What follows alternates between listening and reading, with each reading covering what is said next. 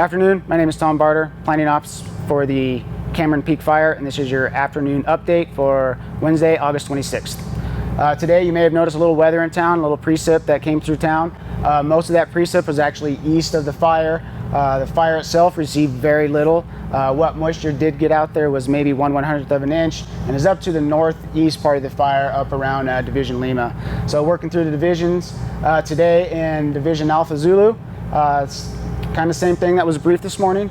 Did some hazard tree mitigation along the Larimer River Road and continued to assess and prep structures all along the Larimer River Road, and continue to work their way past the Stub Creek Work Center and on up.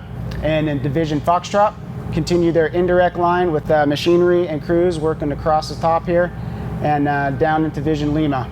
Lima was the same thing, continued working with machinery and crews for the indirect line, coming down and around. About 3 to 4 days work left to connect all these pieces in here.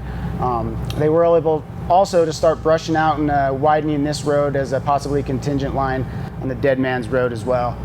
Division Romeo, same thing. Their prep work is completed, but they are going in now with their machinery and putting in some other contingency lines and going a little deeper with their lines in there, just widening it out, securing it a little better. Down in Division Uniform, the prep work along the Pingree Park Road is complete. Still doing structure assessment and protection in there.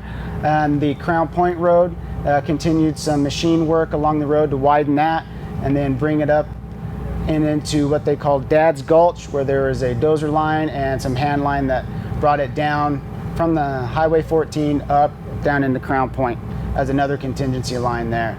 Division Whiskey Zulu down here, they did what they were doing here is they were cleaning up around structures around Barnes Lake and Chambers Lake, doing some mop up around those structures in there, and continue to assess the fire and look for options and places to tie this fire back into the south around this Division Whiskey area in here. They'll continue to assess that and just looking for ways to tie this back piece in here. All real high elevation country in here.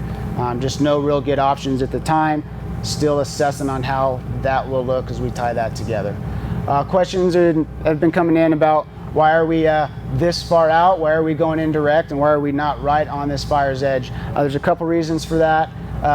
First reason is firefighter safety. There's a lot of bug kill and heavy dead and down in here. And with our current fire conditions, it makes fighting these fires very difficult. There's no safety zones for those guys to go to that are very close. It's a lot of work in there. If we get them in too close and it flares up with the conditions we've seen, they'd be in a bad spot. So we don't have an opportunity to go direct on a lot of this area right now.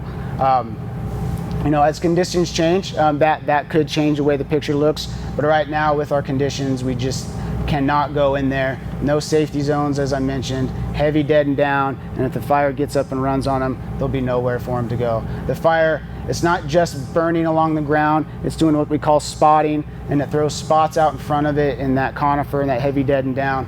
So you could have a crew on the edge there and throw spots over them, and they could get trapped between those with the fire activity that we've seen. So right now, that's why we're looking big picture we can for firefighter safety. And that's your update for Wednesday, August 26th.